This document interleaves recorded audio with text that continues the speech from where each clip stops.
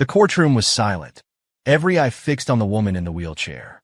Her hands trembled as she pushed forward a thick stack of documents. The air was thick with tension as the opposing lawyer smirked, leaning back in his chair. Sheriff Dean, seated confidently at the defense table, crossed his arms, his lips curling into a sneer. "Mrs. Sarah Jenkins," the judge began, her voice firm. "You're under oath. Do you swear that what you're about to present is the truth?" Sarah's voice was steady, though her body quivered. "I swear." The jury leaned in, curious and skeptical. What could a single mother, barely able to walk, possibly have that could take down the most powerful man in the county? As Sarah unfolded the first piece of paper, her voice rang out. "This is a financial record showing a transfer of $50,000 from the county's budget into a private account linked to Sheriff Dean." Gasps echoed in the courtroom. The sheriff's smirk faltered. She continued, holding up another document. "This is a signed affidavit from a former deputy who was fired for asking questions about that account." The room erupted. The sheriff's lawyer leapt to his feet. "Your Honor, this is outrageous." But the judge raised her hand. "Sit down, counselor." Sarah reached for a small flash drive. "And here," she said, holding it up, "is the video evidence proving that Sheriff Dean orchestrated a scheme to frame innocent citizens, including me, for crimes they didn't commit." The courtroom was in chaos. The jury sat wide-eyed, mouths agape. Sheriff Dean's face turned pale, and beads of sweat began to form on his brow. Before the judge could restore order, Sarah's lawyer stood, her voice sharp. "Your Honor, this evidence is admissible, and we demand justice." The gavel slammed. "Court will recess until this can be reviewed," the judge declared. Sarah's determined face remained calm, but her heart pounded. She knew the fight wasn't over. 6 months earlier, Sarah Jenkins was just another struggling single mother in Pinewood County. Born with a degenerative condition that left her wheelchair-bound, Sarah had always faced challenges. But nothing could have prepared her for what was to come. It all began when she noticed an unusual amount deducted from her welfare check. Already tight on money, she called the county office to investigate. Every call led to another dead end. No one could explain why her funds were missing or why other disabled residents she knew were experiencing the same. At first, she thought it was a clerical error. But then one morning a letter arrived. It was a court summons, accusing her of welfare fraud. "What is this?" she asked aloud, staring at the papers in disbelief. "I haven't done anything wrong." Her son, 8-year-old Danny, came running into the room. "Mom, are you okay?" Sarah forced a smile, brushing a tear away. "I'm fine, honey. Just some mistake I have to clear up." But it was no mistake. At the courthouse, she met Sheriff Dean, a tall, imposing man who ruled Pinewood County like his own personal kingdom. He smirked as he handed her a folder filled with evidence against her, documents claiming she had forged signatures to steal money from government programs. Sarah was furious. "This is a lie. I didn't do any of this." Dean shrugged. "Tell it to the judge." Sarah quickly realized she wasn't the only one. At church that Sunday, she overheard a friend, an elderly woman named Mrs. Ruth, complaining about similar accusations. Then another man in the congregation mentioned how he'd been forced to sell his truck to pay off a debt he didn't owe. "Something's going on," Sarah said, her voice low but firm. Ruth nodded. "But what can we do? Dean runs this town." Sarah's determination grew. Over the next few weeks, she began piecing together stories from others. The pattern was clear. Sheriff Dean and his inner circle were exploiting the most vulnerable in the community. But confronting him wasn't easy. One evening, after leaving the library with a stack of research, Sarah noticed a shadowy figure standing by her car. Her heart raced as she approached, gripping her phone tightly. "Mrs. Jenkins," the man said, stepping into the light. It was one of Dean's deputies. "A word of advice, drop this. For your sake, and your boys." Sarah didn't flinch. "Is that a threat?" The deputy hesitated, then turned and walked away. That night, she sat at her kitchen table, poring over bank records, court documents, and testimonies. Danny played with his toy trucks nearby. "Mom, are you going to beat the bad guys?" he asked, his innocent eyes full of hope. Sarah smiled. "I'm going to try." But her resolve was tested when someone broke into her house a week later. Papers were scattered everywhere, and her computer was smashed. The message was clear. Sarah's lawyer, a young woman named Lisa Marks, was skeptical at first. "You're taking on a giant," she warned. "I don't care," Sarah said. "He's hurting people, and someone has to stop him." Together, they began building a case. Sarah tracked down whistleblowers and uncovered hidden transactions. Lisa filed subpoenas and fought tooth and nail to get evidence admitted in court. The journey was exhausting, and there were moments when Sarah wanted to give up. One night, after hours of work, she broke down in tears. Danny climbed on her lap and hugged her. "Don't cry, Mom. You're the strongest person I know." His words reignited her determination. By the time the trial began, Sarah was ready. But Sheriff Dean wasn't going down without a fight. His lawyers tried every trick to discredit her, calling her a desperate woman looking for attention. But Sarah refused to be intimidated. She presented her evidence with a calm confidence that left the jury questioning everything they thought they knew about their beloved sheriff. Back in the courtroom, as the judge banged her gavel to announce a recess, Sarah caught Sheriff Dean's eye. For the first time, he looked genuinely afraid. She leaned over to Lisa. "This is just the beginning," she whispered. Lisa nodded. "Let's hope it's enough." But as Sarah rolled out of the courtroom, she couldn't shake the feeling that the battle was far from over. And she was right. The next morning, Sarah woke up early, as she always did, her body sore from the constant strain of the chair. She could already feel the weight of the day ahead, the nerves crawling up her spine like ants. The trial was not over, and neither was the war. But today, the air felt different. Despite the shock of what had happened in court yesterday, revealing Dean's involvement in the county's financial scandal, Sarah knew the sheriff was a man who would not easily be defeated. His power ran deep. As she prepared breakfast for Danny, she couldn't help but replay the moments from the courtroom in her mind. The way the jury had looked at her when she presented the evidence. The stunned silence as the video of Dean's corrupt dealings played on the screen. But then there were the glances from Dean's lawyer, the smirks, the way they had immediately started to cast doubt on her credibility. A mother looking for attention was how they had labeled her. Sarah had expected it, but it still hurt. Danny tugged at her sleeve. "Mom, are we going to win today?" She smiled softly. As the hours ticked by, Sarah felt the pressure building in her chest. Every day since she had started this battle, she had faced one challenge after another. And now, with everything in the balance, it was like walking a tightrope. One wrong move, and it could all come crashing down. The courtroom was waiting for her again. This time, the stakes were higher. The trial resumed, and the tension was palpable. The jury had been instructed to return the next day, but today was crucial. Today was the day Sarah was set to present her final piece of evidence, a piece that could change everything. But Sheriff Dean had a plan of his own. The defense called its first witness, a former deputy who had worked closely with Dean. Sarah had been prepared for this. His testimony was exactly what they expected, a defense of the sheriff's character and reputation. But as the witness spoke, something felt off. Sarah's stomach twisted as she listened. The man spoke about Sheriff Dean like he was some kind of saint, the community's protector. His words were smooth, rehearsed, and the way he looked at Sarah made her uneasy. He was lying. "I don't believe a word of this," Lisa whispered under her breath, gripping the edge of her chair. But they had to stay calm. They couldn't afford to get rattled. When the defense finished, it was Sarah's turn to take the stand. Her heart was pounding in her chest as she wheeled herself up to the front, the entire courtroom watching. She knew she had to be strong. "You've heard the testimony of the previous witness," Sarah's lawyer said, her voice steady but cutting through the tension. "But now Mrs. Jenkins has something to say." Sarah held her head high, her hands gripping the edges of the chair. She could feel the weight of every eye on her, the scrutiny, the disbelief. But she couldn't stop now.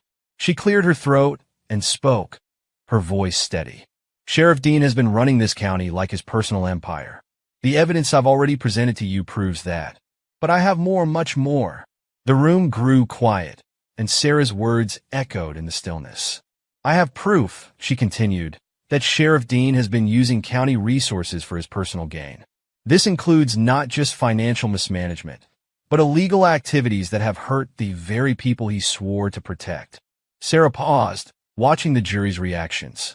Some faces were skeptical, others horrified. The defense lawyer stood up, ready to object. But the judge silenced him with a sharp look. "Let her speak." Sarah reached into her bag, pulling out a small, folded piece of paper.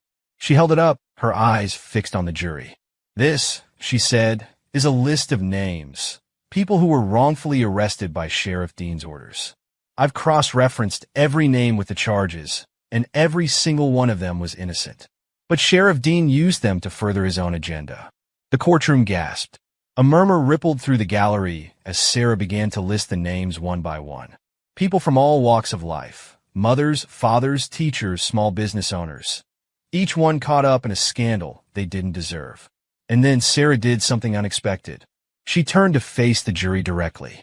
"I am not the only victim here," she said, her voice shaking slightly, but still resolute. "There are dozens of others, and I'm sure many of you have heard their stories. These people have been suffering in silence, just like I was, but now it's time for their voices to be heard." The defense lawyer was on his feet, trying to interrupt, but the judge gave him no chance. "Order in the court," she snapped. For the next few moments, Sarah allowed the evidence to speak for itself. She had gathered more than just documents. She had gathered the truth, and now the truth was out.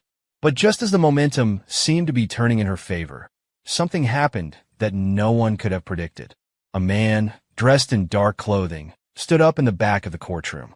His face was obscured, but his presence was unmistakable. "Your Honor," the man called out, his voice sharp. "I have something important to add to this case." Everyone turned to look. The courtroom was instantly thrown into chaos. "Who is this?" the judge demanded. "I'm someone who knows the truth," the man replied, his eyes locked on Sheriff Dean. "And I'm here to testify." The defense lawyer objected loudly, but the judge allowed the man to approach the stand. Sarah watched as the stranger moved toward her, his face still hidden. Was this a trap? Or was it the break she had been waiting for? But before the man could speak, Sheriff Dean stood up suddenly, his face pale. "I demand that this person be removed," he shouted, his voice cracking with fear. The judge didn't even flinch. "Let him speak." The tension in the courtroom thickened like a heavy fog. Every eye was fixed on the mysterious man who had just walked in and demanded to testify. Sarah's heart raced. Was this the breakthrough she had been waiting for? Or was this part of some last-ditch effort by Sheriff Dean to regain control of the situation? The man walked to the stand with slow, deliberate steps, his dark suit making him seem out of place, like a shadow in a room full of light. As he settled into the chair, the courtroom held its breath. "Your Honor," he began, his voice steady and measured. "I'm here to tell you everything you need to know about Sheriff Dean." A murmur ran through the gallery. Dean stood frozen, his face drained of color. Sarah's lawyer, Lisa, exchanged a quick look with Sarah, both of them trying to process what was happening. The judge motioned for the man to continue. "You may proceed," she said, her voice calm but authoritative. The stranger cleared his throat before speaking again. "My name is Michael Hayes, and I worked as an investigator for the Pinewood County Police Department for over 15 years. I know things about Sheriff Dean that would shock you." Sarah's eyes widened. This was someone who could expose Dean from the inside out. Someone who knew him personally. She leaned forward in her chair, trying to absorb every word. Michael continued, his voice unwavering. "I've seen things, Your Honor. Illegal things. Sheriff Dean used his position to profit off of people's misery, blackmail, extortion, and worse. He's been using the county budget as his personal slush fund for years, and I have proof." The courtroom was dead silent. Sarah could hardly believe what she was hearing. This was it. This was the moment she had fought for. Dean's hands gripped the edge of his table, so tightly his knuckles turned white. His breath came out in shallow gasps, his eyes darting nervously between the judge and the man now testifying against him. "You're lying." Dean finally managed to shout, his voice filled with rage. "This man has no credibility." But Michael Hayes didn't flinch. "I've been gathering evidence for months, Sheriff," he said, his voice calm but cutting through the tension. "I was one of your own deputies. I know what you've done, and now I'm here to make sure you pay for it." At that, Sarah's breath caught in her throat. Michael Hayes had once been one of Dean's closest allies, and now he was turning against him in the most public way possible. The defense lawyer shot up from his seat. Objection! This testimony is inadmissible. This man is a disgruntled former employee with no real evidence to support. But the judge, surprisingly, waved the objection away. I'll allow the testimony. Let the jury hear what he has to say. The room was buzzing with disbelief. Michael Hayes had more to reveal, and everyone in the courtroom was on the edge of their seats, waiting for the bombshell to drop. I have records, Michael said, pulling out a folder from his briefcase and slamming it onto the witness stand. These are reports from within the department, detailing every illegal transaction, every bribe, every cover-up. And I can prove that Sheriff Dean used his office to extort money from local businesses in exchange for protection. A gasp echoed through the courtroom as Sarah's eyes darted between the documents in front of Michael and Dean, who was now visibly sweating. I've seen the sheriff take kickbacks for overcharging small businesses for things like permits and licenses, Michael continued. I've seen him intimidate witnesses and frame people for crimes they didn't commit. And the worst part? He made a fortune off the pain of the people in this town. Dean's face twisted in fury. This is all lies. You've got nothing on me, he shouted, but his voice cracked with fear. Michael ignored him, flipping through the documents in front of him. Here it is, he said, holding up a specific sheet of paper. This is a contract signed by the sheriff, agreeing to take a percentage of the profits from every drug deal that went through the county. And here's a bank record showing a transfer of $100,000 directly into his private account. The courtroom was stunned into silence. I'm sorry, Michael added, his tone softening slightly. But this is the truth. For a long moment, no one moved. It felt like the air had been sucked out of the room. The weight of the revelation hung heavy over everyone. Dean's lawyer was pacing frantically now, trying to figure out how to spin this. Your Honor, we demand that this man's testimony be stricken from the record. This is nothing but a smear campaign. But the judge stood firm. I'll allow the testimony. We'll see where the evidence leads us. Michael turned back to the jury, his voice calm but resolute. I know this is hard to believe, but I was part of it. I helped cover up crimes. But now I'm here to make sure that the truth comes out, no matter the cost. It was the final blow. The jury, who had been quiet up until now, began whispering among themselves. Sarah could see it in their eyes. Doubt had been planted in their minds. The seed of truth had been sown, and there was no turning back. But Sheriff Dean wasn't ready to give up. He slammed his fist onto the table, causing everyone to jump. You can't do this to me. I am the law in this county. I've been serving this town for over 20 years. His outburst was so loud that even the judge flinched. Sit down, Sheriff, she commanded. You will not interrupt this trial again. Dean's anger was palpable. You're all making a huge mistake, he shouted, standing up abruptly. The courtroom descended into chaos as Dean's lawyer tried to regain control. But Sarah wasn't listening. Her eyes were locked on Michael Hayes, who had just taken down the man who had been terrorizing her and her son for months. This wasn't over yet, but for the first time, Sarah felt a glimmer of hope.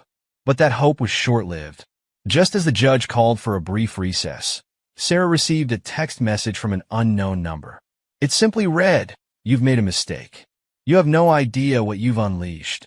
Her stomach sank. Who could it be? And what did they mean? As she looked around the courtroom, she saw a few unfamiliar faces in the crowd. Were they watching her? Were they watching Michael Hayes?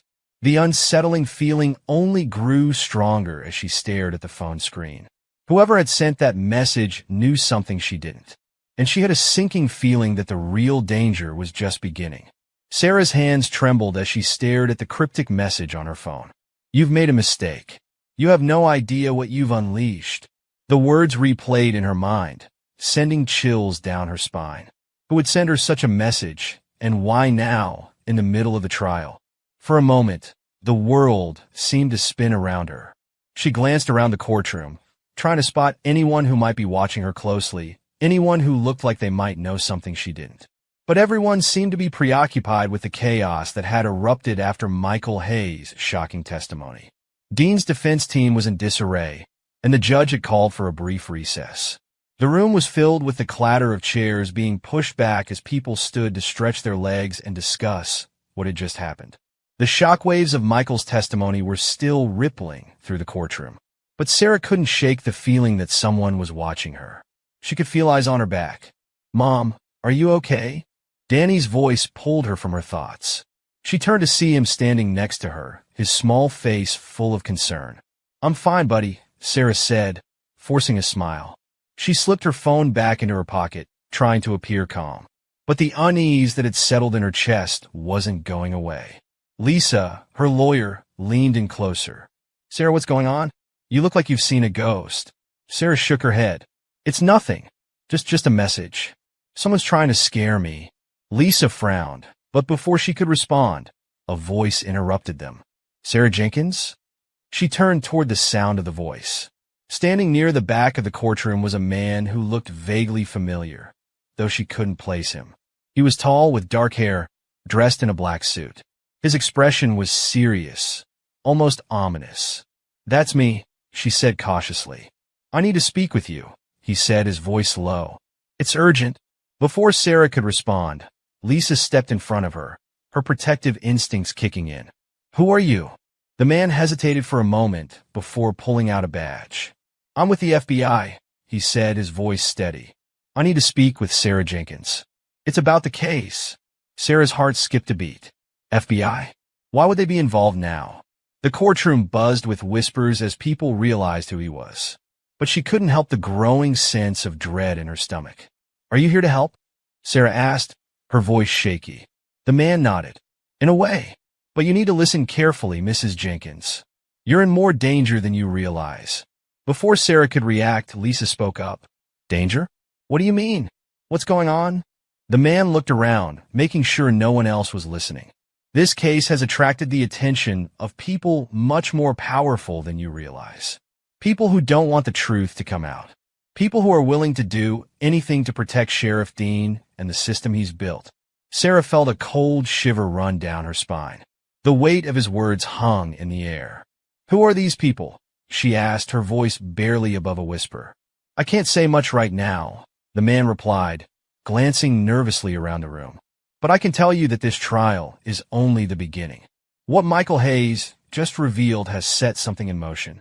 And I'm not sure how much time you have before it all comes crashing down." Sarah's mind raced. She had known the stakes were high, but this was something she wasn't prepared for. "We need to get you to safety," the man continued. "There are people out there who are watching you, and they won't hesitate to act. If you want to finish what you started, you need to trust me." Sarah felt her pulse quicken. She looked at Lisa, who was now staring at the FBI agent, her expression unreadable. "Let's go," Lisa said firmly, her protective instincts kicking in. "We don't have time to waste." But before they could leave, the man stopped them. "Wait," he said, his voice urgent. "You can't just leave. You need to understand something first. There's a bigger player in all of this, someone behind Dean pulling the strings. And if you're not careful, you'll be walking straight into their trap." Sarah swallowed hard. "Who is it? Who's behind all of this?" The man's face tightened. "I can't say. Not yet. But I will say this. You need to be ready for what's coming. The truth is powerful, but it's also dangerous." His words echoed in Sarah's mind as they made their way out of the courthouse. She had always known that standing up to Sheriff Dean wouldn't be easy, but she hadn't expected it to be like this. The people she thought she could trust, like Michael Hayes, were now tangled in a web of corruption and danger that was far bigger than she had imagined. As they stepped outside, the bright sunlight felt like a sharp contrast to the darkness that had descended on Sarah's world. Her phone buzzed again, but this time she didn't check it. The message she had received earlier had unsettled her, and she wasn't sure she wanted to know who was behind it. Instead, she focused on the FBI agent, whose name she still didn't know. He led them to an unmarked car, the engine already running. "I'll take you somewhere safe," he said, opening the door for Sarah. "But you need to understand that once you're in, there's no turning back. This fight will change everything." Sarah hesitated for a moment, looking back at the courthouse. She had come so far, and now she was being told to leave it all behind. But she knew deep down that she had no choice. With a deep breath, she climbed into the car, followed by Lisa and Danny. The agent slammed the door shut and got into the driver's seat. As they drove away, Sarah couldn't shake the feeling that the worst was still to come. The trial was far from over, but now, Sarah knew the real battle had just begun. The car sped through the streets, its tires humming on the pavement as Sarah's mind raced. Every word the FBI agent had said seemed to echo in her head. There's a bigger player behind Dean. But who? Who could be powerful enough to pull the strings of a sheriff? Someone Sarah had once thought was just a small-town tyrant. The agent's name, she realized, was still unknown. She glanced at Lisa, who was sitting next to her in the back seat, her arms crossed tightly over her chest. Danny sat beside Sarah, his small face filled with confusion. He was too young to understand the full extent of the danger, but Sarah could see the unease in his eyes. She wrapped her arm around him, pulling him close. "What's happening, Mom?" Danny whispered. "I don't know, sweetie," Sarah replied softly. "But I promise we'll be okay." The agent kept his eyes focused on the road, his jaw tight with concentration. He wasn't offering much in the way of reassurance. His silence only added to the tension in the car. "We're almost there," he said abruptly, his voice sharp. "I need you to stay alert. And no matter what happens, don't trust anyone unless I say so." "Who's after us?" Lisa asked, her voice low but filled with urgency. "Who's the real enemy here?" The agent's grip on the steering wheel tightened, but he didn't answer right away. They turned onto a quieter street, the kind of road Sarah had never been down before. It was lined with old, dilapidated buildings and dark alleys that made her feel even more uneasy. "We'll talk when we get there," he said, his voice flat. "For now, stay calm and don't ask questions." Sarah nodded, but she could feel the knot in her stomach growing tighter. Whoever was behind this was powerful, and their reach seemed endless. She had already risked so much by standing up to Sheriff Dean, but now she realized that the battle was bigger than she could have ever imagined. Finally, the car stopped in front of a large, nondescript building. It looked like an old warehouse with dark windows and a single steel door. The agent quickly checked his surroundings before getting out and opening the door for Sarah, Lisa, and Danny. "Come on," he urged, his voice now laced with a sense of urgency. "We're not safe out here." They quickly filed out of the car, the sounds of their footsteps echoing in the quiet street. As they entered the building, Sarah could see that it was surprisingly well-maintained inside. The walls were concrete, and the space was divided into smaller rooms, each with its own lock and security system. "Welcome to our safe house," the agent said, glancing back at them. "For the time being, you'll stay here. No one can get to you." Lisa raised an eyebrow. "You're putting us in a warehouse?" "Until we know who we're dealing with, yes. The fewer people who know where you are, the better," the agent replied curtly. Sarah didn't have time to argue.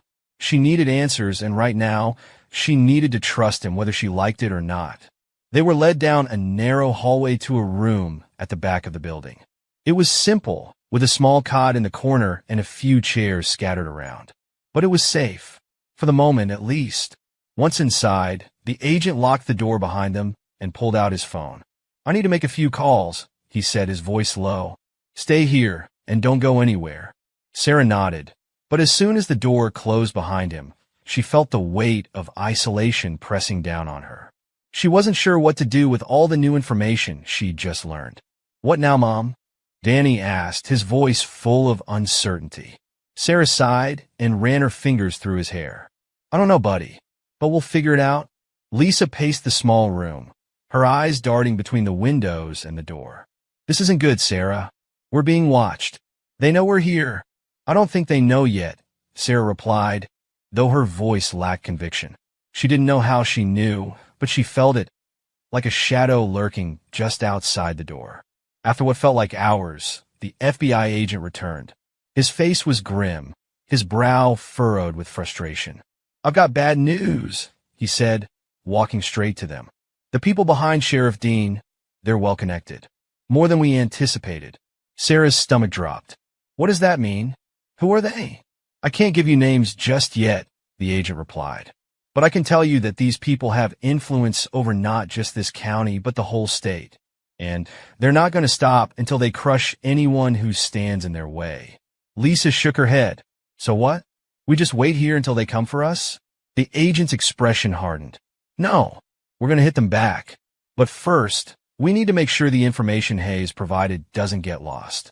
We need to get it out there where it can't be ignored. How? Sarah asked, feeling a spark of hope. We're going to leak the evidence, he said, his voice steady. But we need to do it carefully. If we do it the wrong way, it'll be used against you. Sarah wasn't sure what he meant, but the mention of leaking evidence made her feel uneasy. And what happens to us after that? The agent didn't answer right away. Instead, he walked over to a small desk in the corner and began typing something on a laptop. We'll move fast, he said, but you need to be prepared. Once this goes public, things are going to get messy. And if we're not careful, we could be putting more than just our lives in danger. As he spoke, Sarah couldn't shake the feeling that the walls were closing in. The danger wasn't just about Sheriff Dean anymore. It was about something far bigger and far more dangerous. Just tell us what to do, Lisa said, her voice sharp with determination. The agent turned and faced them. First, I need to make sure you're all ready. This fight isn't over. It's just begun. Just then, the door to the safe house crashed open with a violent force. Sarah's heart stopped. The agent's hand went immediately to his gun. But before he could react, the figure in the doorway spoke. Did you really think you could hide from me? It was a voice Sarah would never forget. Sheriff Dean. Sheriff Dean's hulking frame filled the doorway, his presence radiating raw intimidation. His eyes scanned the room, landing first on Sarah, then Lisa, and finally the FBI agent. He took a slow step forward, his boots thudding against the concrete floor. Well, he said, his voice dripping with malice.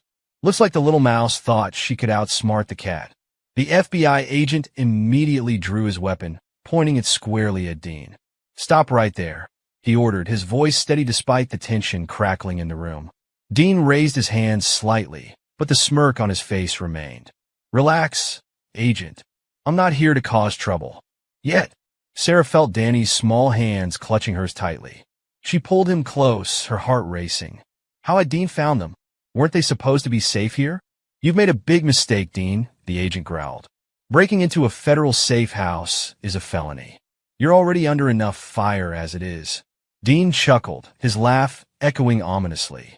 You think I care about your federal safe house? He gestured around mockingly. This place isn't exactly Fort Knox. Lisa stepped forward, her eyes blazing with anger. What do you want, Dean?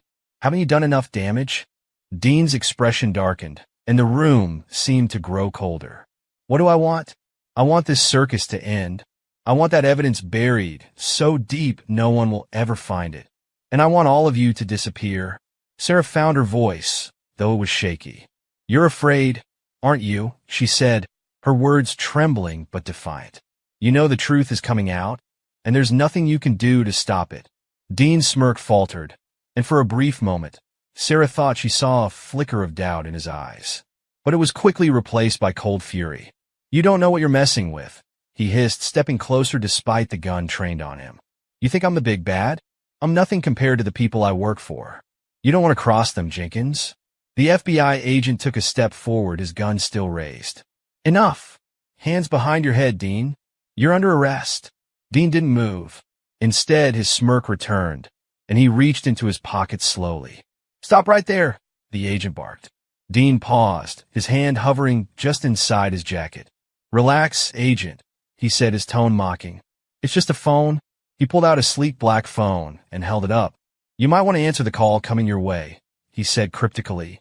Almost on cue, the agent's phone buzzed.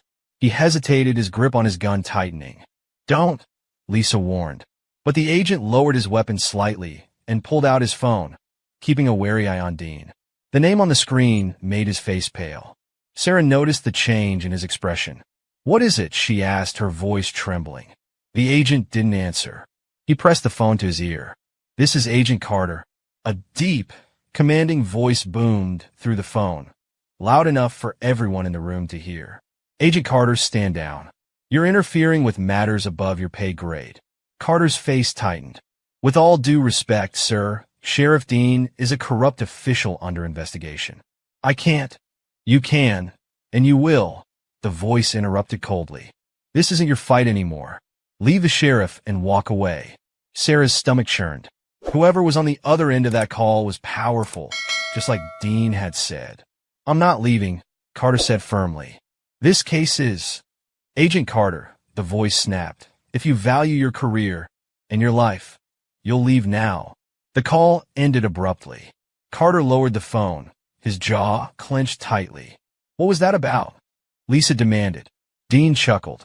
Told you, he said, tucking his phone back into his pocket. You don't know what you're dealing with. Carter's hand trembled slightly as he raised his gun again. You think that scares me? It should, Dean replied, his voice calm but menacing. Sarah couldn't stay silent any longer. You're not untouchable, Dean, she said, her voice trembling but defiant. You might have people protecting you, but the truth will come out. It always does. Dean turned to her, his eyes narrowing. You're brave, Jenkins. I'll give you that. But bravery won't save you or your son. That was the last straw. Carter moved forward, grabbing Dean by the arm and slamming him against the wall. You've crossed the line for the last time, Carter growled. I don't care who you work for. You're done. But before he could cuff Dean, the sound of tires screeching outside froze everyone in place. Carter glanced toward the door, his grip on Dean tightening. Stay here, he ordered Sarah and Lisa, motioning for them to stay back as he moved toward the entrance. Dean smirked. Told you this wasn't over. Carter ignored him, his gun raised as he cautiously approached the door. Sarah held Danny close, her heart pounding in her chest. The door burst open, and 3 masked men stormed in, armed and moving with military precision. Get down, Carter shouted, firing off a warning shot. Chaos erupted. Sarah screamed, shielding Danny with her body as the masked men opened fire. Carter ducked behind a table, returning fire with precision. Lisa grabbed Sarah's arm. We have to move. But Sarah was frozen, her mind racing. The safe house was compromised, and now they were trapped. Dean, still pinned against the wall, shouted over the chaos. You'll never win, Jenkins. Never. Sarah clenched her fists, determination flooding her body. She didn't know how, but she would survive this. She would protect Danny, and she would expose the truth. As the gunfire continued to echo through the room, Sarah knew one thing for sure. The fight was far from over. Bullets ricocheted off the walls as Sarah clung to Danny, her body trembling with fear, but her mind racing with survival instincts. Lisa crouched beside her, shielding them both as chaos erupted around them. Agent Carter fired back with precision, but he was outnumbered and outgunned. The 3 masked men moved like professionals, their weapons trained and their movements coordinated. One of them flanked Carter, forcing him to duck behind an overturned table. Stay down, Carter shouted, his voice strained. Lisa grabbed Sarah's arm. We can't stay here. We'll be sitting down. Sarah looked toward the far side of the room. There was another door, slightly ajar, leading to what appeared to be a storage area. It wasn't much, but it was their only chance. Over there, Sarah whispered, pointing toward the door.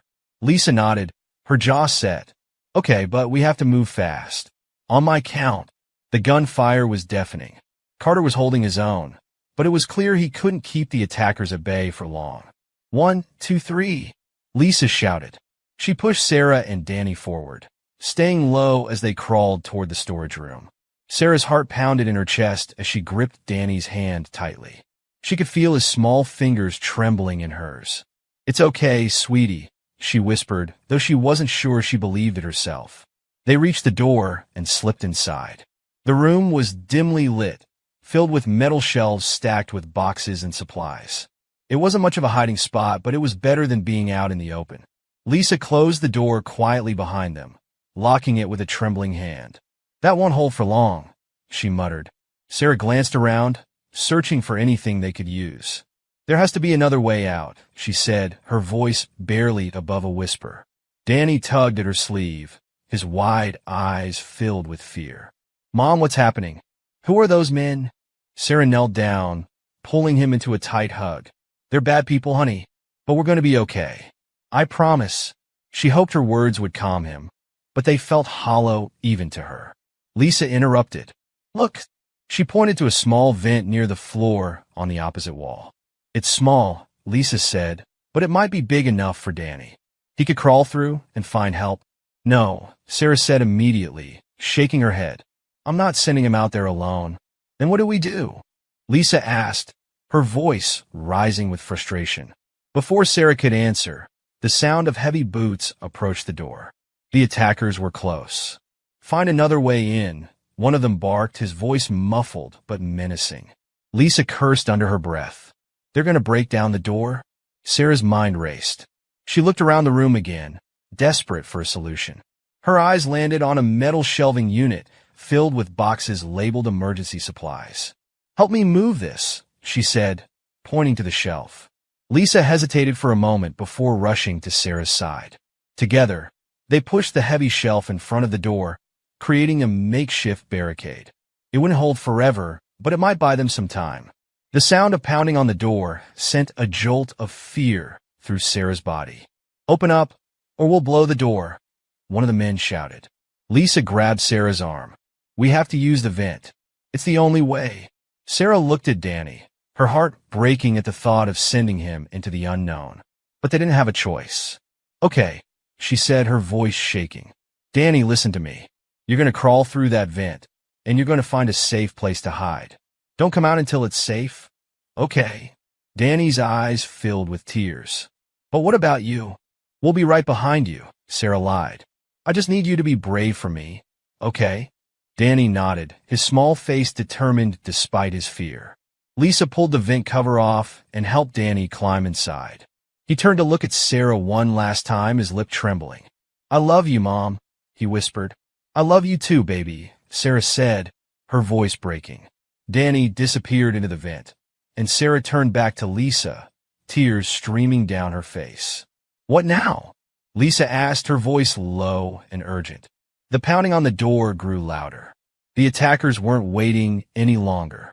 We fight, Sarah said, her voice steady despite the terror in her heart. Lisa grabbed a metal rod from one of the shelves, while Sarah armed herself with a heavy wrench. They positioned themselves near the door, ready for the inevitable. The door burst open with a deafening crash, sending the shelving unit flying across the room. The masked men stormed in, their weapons raised. Into the line, one of them growled, his gun trained on Sarah. But before he could pull the trigger, a loud crash echoed through the building. The lights flickered, and the sound of sirens filled the air. Backup's here. Carter's voice rang out from the main room. The attackers hesitated, glancing at each other in confusion. Taking advantage of the distraction, Sarah swung the wrench with all her strength, striking the nearest man in the arm. He cried out in pain, dropping his weapon.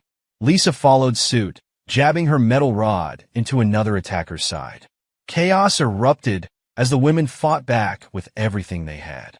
But it wasn't enough. One of the attackers grabbed Sarah by the arm, yanking her wrench away and shoving her to the ground. She gasped as her head hit the cold concrete. Time's up, the man snarled, raising his gun. Before he could fire, a deafening bang echoed through the room. The man staggered backward, clutching his shoulder, and fell to the ground. Carter appeared in the doorway, his gun smoking. Not today, he said, stepping inside and aiming at the remaining attackers. The men scrambled to retreat, realizing they were outmatched. As they fled, Carter turned to Sarah and Lisa, his face grim. Are you okay? He asked, his voice urgent. Sarah nodded weakly, struggling to sit up.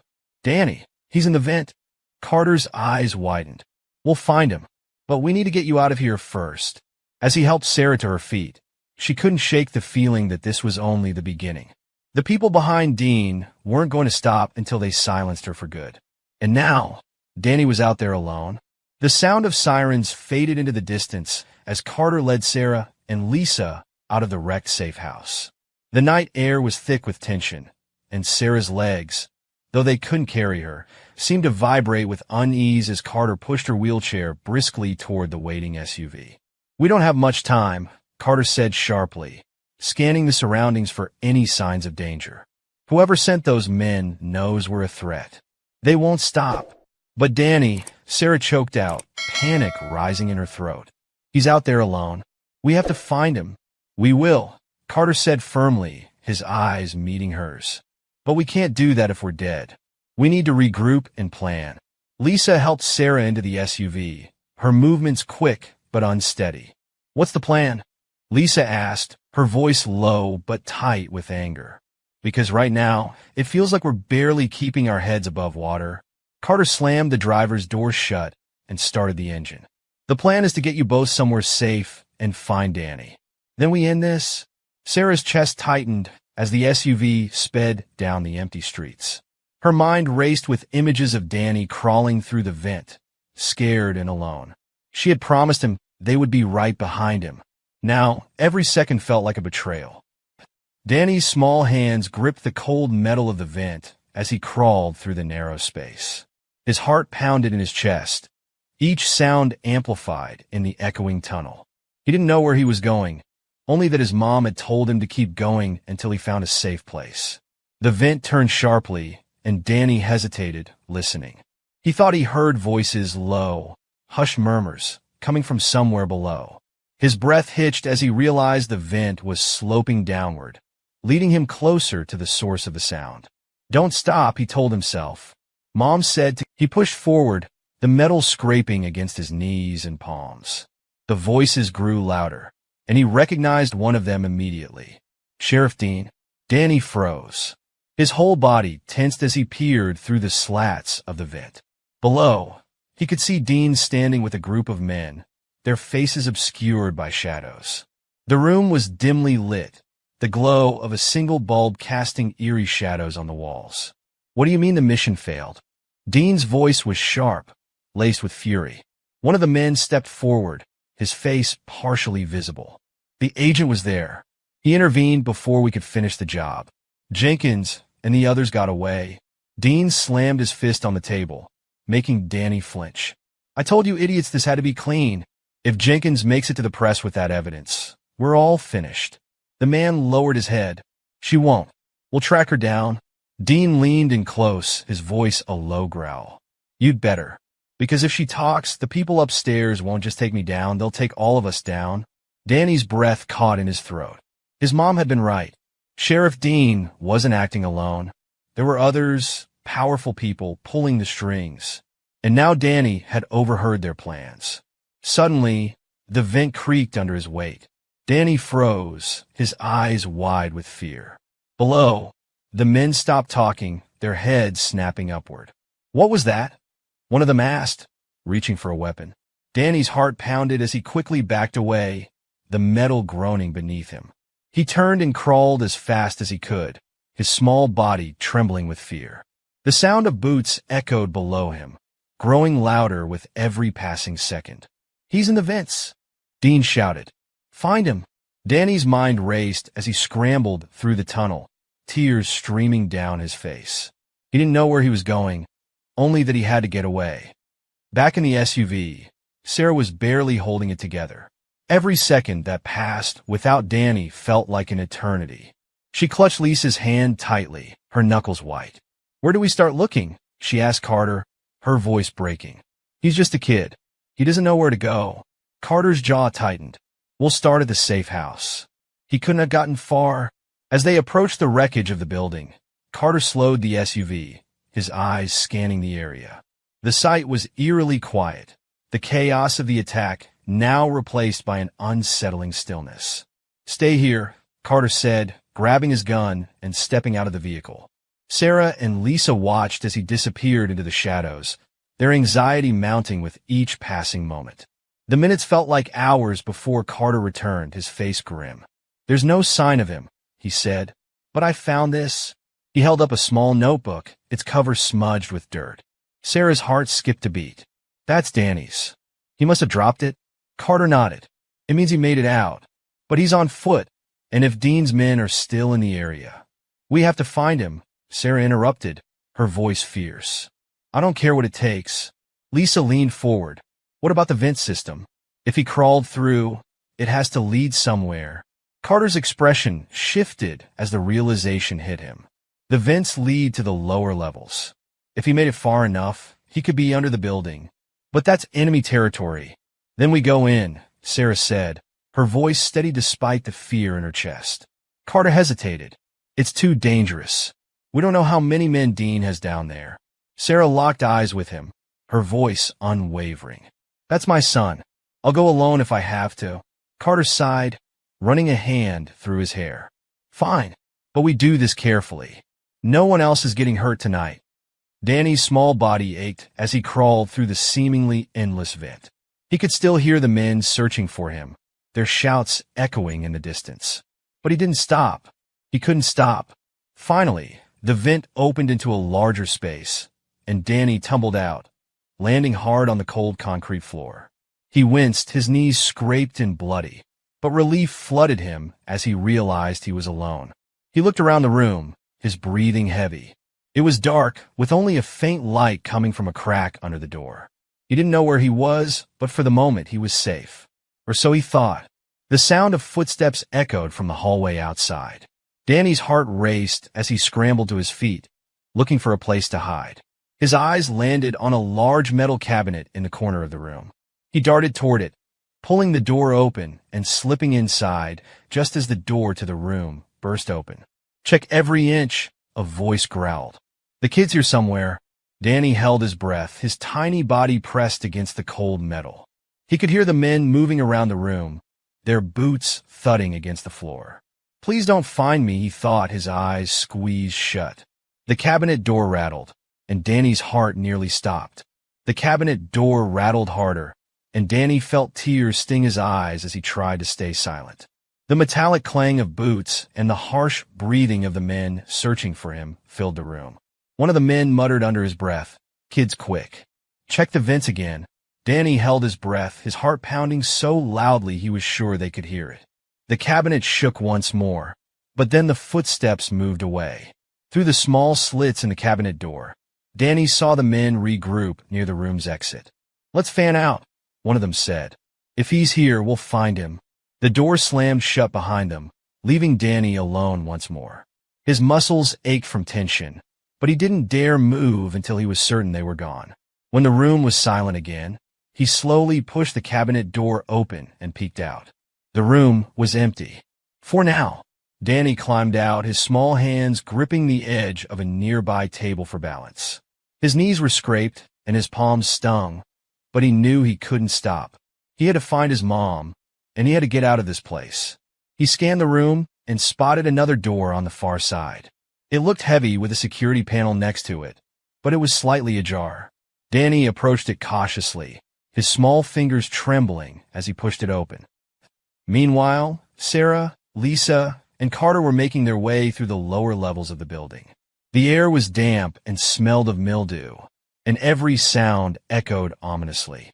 Carter led the way, his gun drawn, his movements deliberate and cautious. "We're getting closer," Carter whispered, glancing over his shoulder at Sarah. "If he's down here, we'll find him." Sarah nodded, her eyes scanning the darkness ahead. Every step felt like an eternity, and the fear for Danny's safety was almost unbearable. Lisa carried a flashlight, its beam cutting through the gloom. "What's the plan if we run into Dean's men?" she asked. Carter didn't hesitate. "We neutralize the threat and get Danny out. No risks, no mistakes." Sarah tightened her grip on the wrench she was carrying. "I'm not leaving without him," she said, her voice firm. They turned a corner and came across the vent system. Carter knelt down to inspect it. "He came through here," he said, pointing to a few small scuff marks on the floor. "These are fresh. He's close." Sarah's heart leapt. "Danny," she called softly, her voice echoing through the hall. Carter shot her a warning look. "Keep it down. We don't know who else is listening."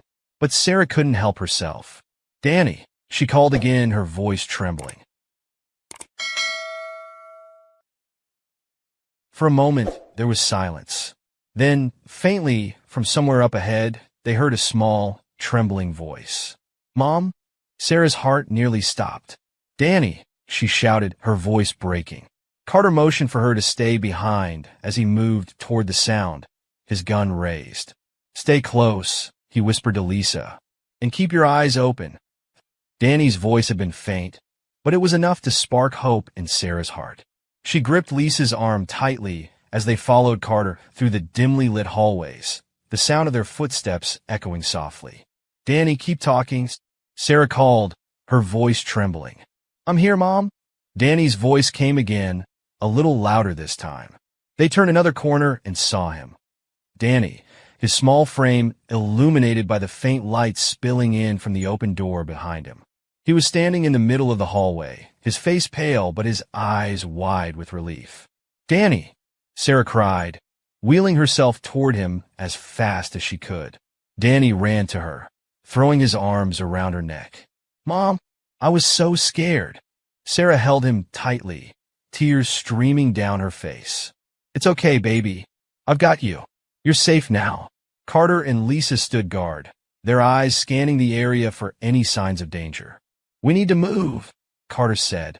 Dean's men could be back any second, but before they could take another step, the sound of approaching footsteps froze them in place. "They're here," Lisa whispered, gripping her flashlight like a weapon. Carter stepped forward, his gun raised. "Get ready," he said, his voice low. The footsteps grew louder, and then, out of the shadows, Sheriff Dean appeared, flanked by two of his men. His face was twisted with fury, his eyes locking onto Sarah and Danny. "Well, isn't this touching?" Dean sneered, his voice dripping with malice. "Reunited at last. But you're not going anywhere." Sarah pulled Danny behind her, her hands shaking. "Stay away from us, Dean." Dean chuckled darkly. "You've caused enough trouble, Jenkins. It's time to end this." He nodded to his men, who raised their weapons. Carter fired first, the gunshot echoing through the hallway. One of Dean's men dropped to the ground, clutching his arm. "Go!" Carter shouted at Sarah and Lisa. "Take Danny and run." Sarah hesitated, her heart pounding. She didn't want to leave Carter behind, but she knew they had no choice. "Come on, Sarah," Lisa yelled, grabbing the handles of the wheelchair and pushing her forward. They ran down the hallway, Danny clutching Sarah's hand tightly. The sound of gunfire erupted behind them, but they didn't look back. They reached another door at the end of the hall, and Lisa shoved it open, revealing a staircase leading up to the surface. "Go! Go!" Lisa urged, her voice frantic. As they climbed the stairs, the sound of gunfire faded, replaced by the pounding of their own hearts. When they finally emerged into the cool night air, Sarah collapsed into the chair, clutching Danny to her chest. They were safe for now, but Carter was still down there, and Dean wasn't going to stop. Sarah looked at Lisa, her face pale but determined. "This isn't over," she said. Lisa nodded. "Not even close." The cool night air did little to calm Sarah's racing heart. She held Danny tightly, his small body trembling against hers.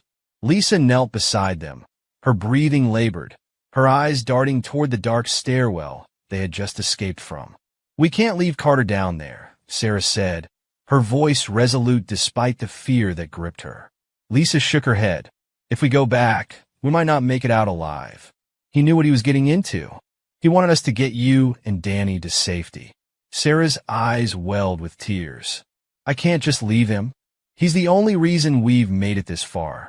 The sound of distant shouting broke through the night.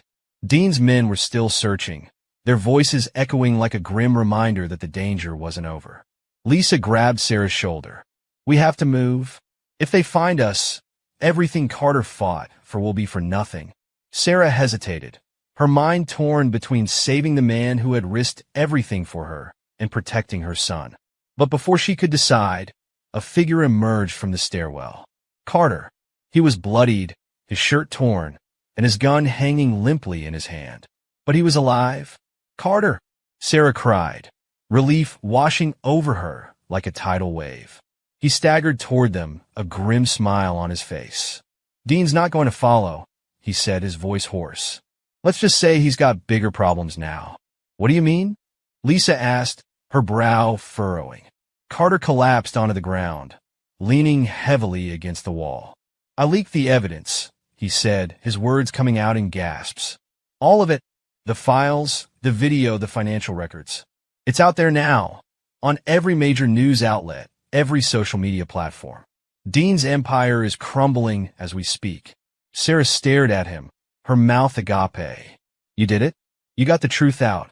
Carter nodded, a faint grin spreading across his face. Yeah. And Dean's bosses? They're going to turn on him to save themselves. He's finished. Lisa let out a shaky breath, her hands trembling. You're sure? He can't come after us? Carter's grin faded. Dean won't. But the people behind him? They're still out there. They'll try to cover their tracks, and they won't hesitate to silence anyone who knows too much. Sarah's heart sank. The fight wasn't truly over, but at least the first battle had been won. What do we do now? She asked. Carter pushed himself to his feet, wincing as he moved. You lay low. Take Danny and disappear for a while. The FBI is already investigating the higher-ups, but it's going to take time. Until then, you stay off the grid. Sarah shook her head. I can't just run. People need to know what happened here. They need to know what Dean and his people did to this town. And they will, Carter said, his tone firm. But you need to stay alive to see it happen. Danny clung to Sarah's side, his small voice breaking the tense silence. Mom, are we going to be okay? Sarah looked down at him, her eyes softening. Yes, baby. We're going to be okay. I promise. 2 weeks later, Sarah watched from a small motel room as the evening news played on the television. The anchor's voice was steady, but filled with urgency as he detailed the fallout from the leaked evidence. Sheriff Dean of Pinewood County has been arrested on charges of corruption, extortion, and conspiracy. Federal investigators have confirmed that multiple high-ranking officials tied to Dean's operation are under investigation. This story continues to develop, but the bravery of one woman, Sarah Jenkins, has brought this widespread corruption to light. Sarah turned the television off, her heart swelling with a mixture of relief and sadness. They had won the battle, but the scars of what they had endured would remain. Danny sat beside her, his head resting on her shoulder. You did it, Mom, he said softly. You beat the bad guys. Sarah kissed the top of his head, tears welling in her eyes. We did it, sweetheart. Together.